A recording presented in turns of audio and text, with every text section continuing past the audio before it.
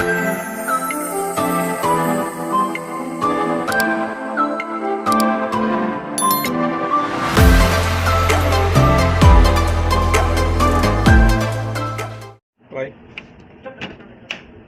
Ice. So. Ice. May leak to. Leak.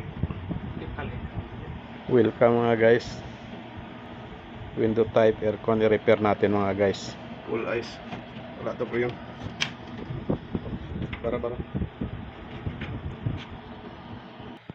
Na pull out na natin.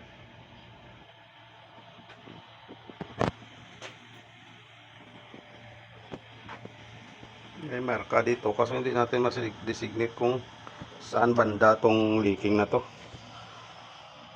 Putulin natin dito. Tapos putulin dito, lagyan ng charging line. Tapos iligtis para mahanap talaga natin. Wala rin tayo nitrogen. Sige lang. I-check natin.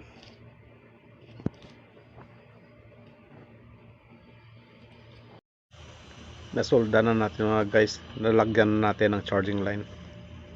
Yung kabila sinira na natin. Yan, may charging line na.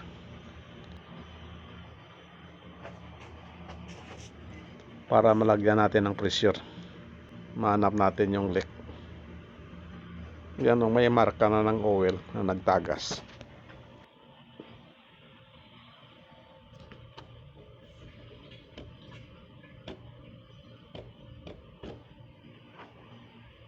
Lagyan na natin ng pressure para maligtas natin.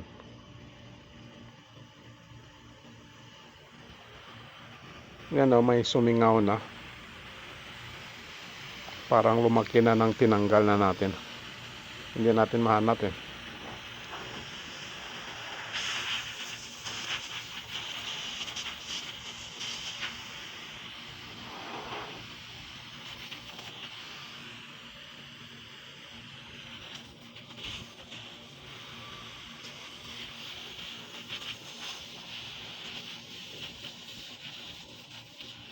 Mayupi ito oh.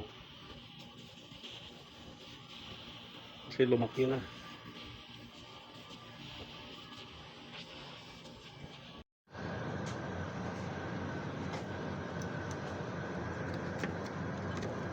I-clear muna natin.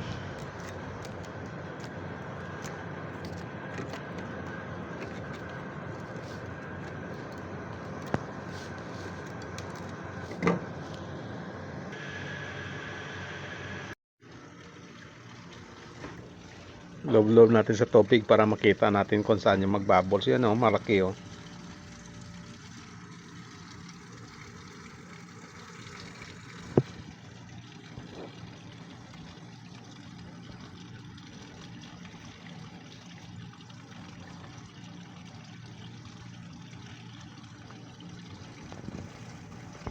Yan na, nakita na natin.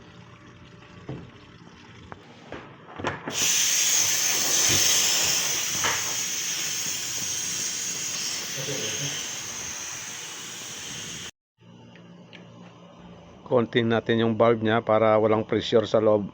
Nasolda tayo.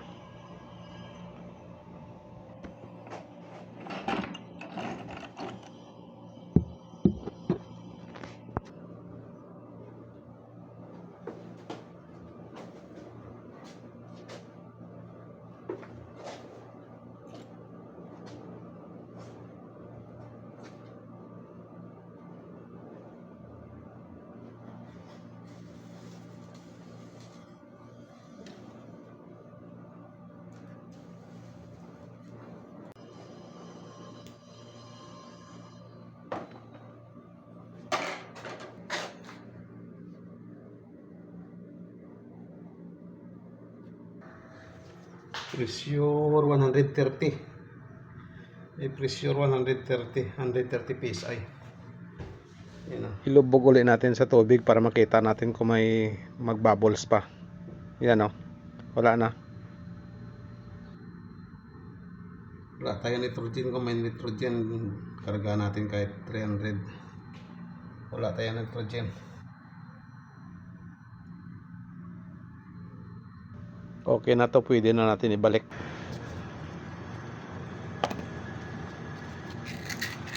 Linisan muna natin.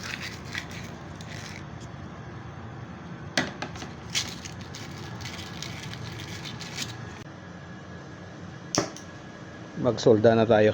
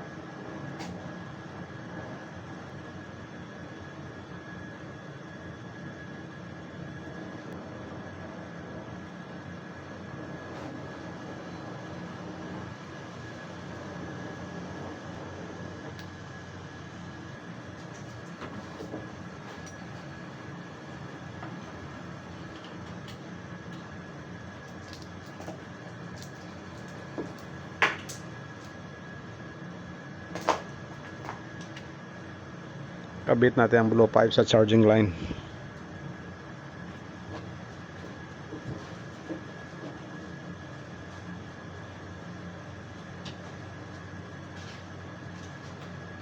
Kabit natin yellow pipe sa tangke ng refrigerant at saka buksan natin.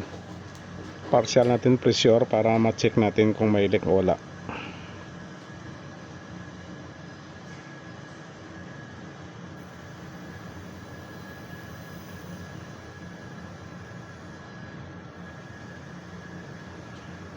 Lagyan natin ng sabon ang winildingan natin, ang soldahan natin para malaman natin kung may leak. Pag wala na tayong nakita leak, diretso na tayo vacuum.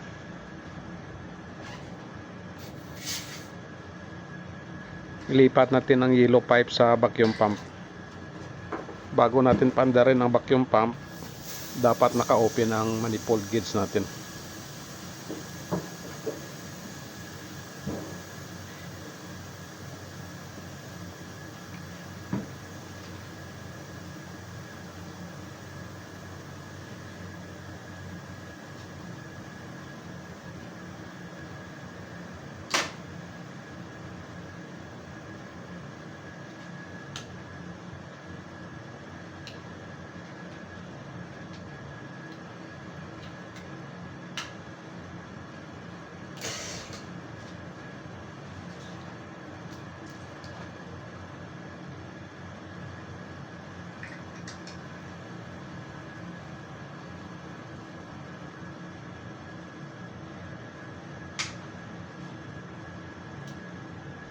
Check natin, open na.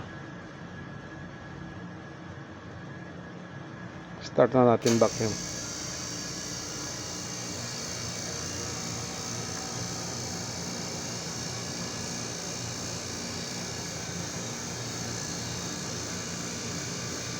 Dapat maabot natin ang 299 or 30 SG bago natin isira ang vacuum. Bago natin i-close ang vacuum, i-close natin manifold gauge.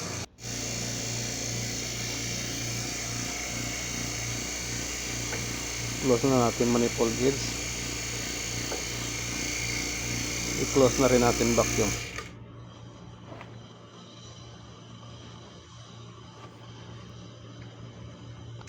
Observe natin konti kung tataas yung pressure o hindi. Kung tataas yung pressure, it means may leak yung system natin. Kabit na natin ang yellow pipe sa tangke ng refrigerant. Buksan na rin natin tangke.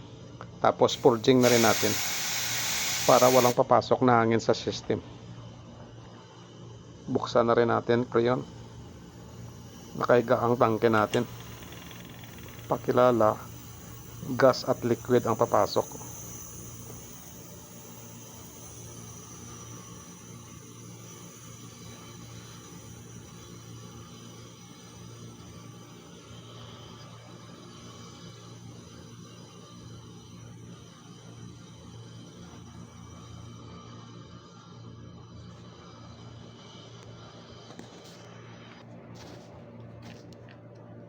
Start na natin.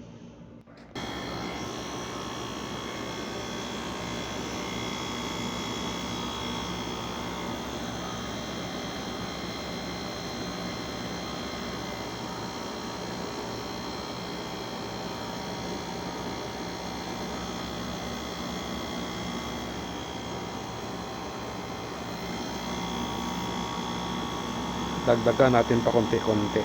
Huwag natin biglayan para hindi mabulunan yung compressor natin. Dapat maabot natin kahit 60 o 65 psi. O kahit 70 psi. Hindi ko na sinasagad kasi luma ang unit na to. Tagal na to.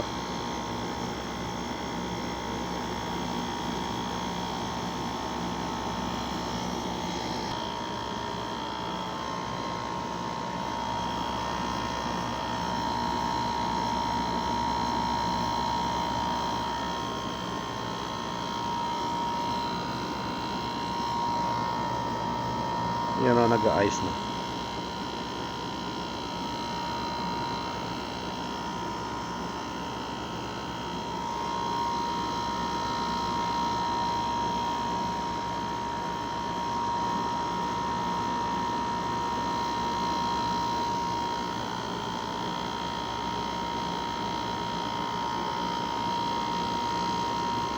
So, konti-konti lang hanggang maaabot natin yung pressure na desired.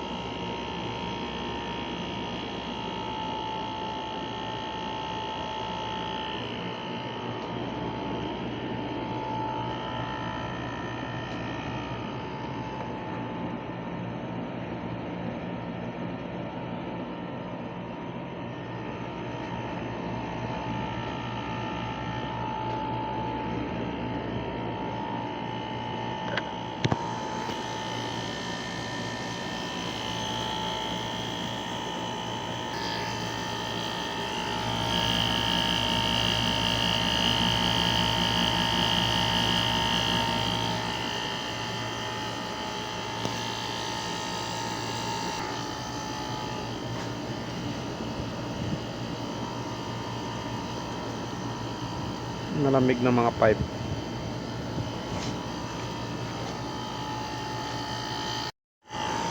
Nasa 65 na yung pressure natin.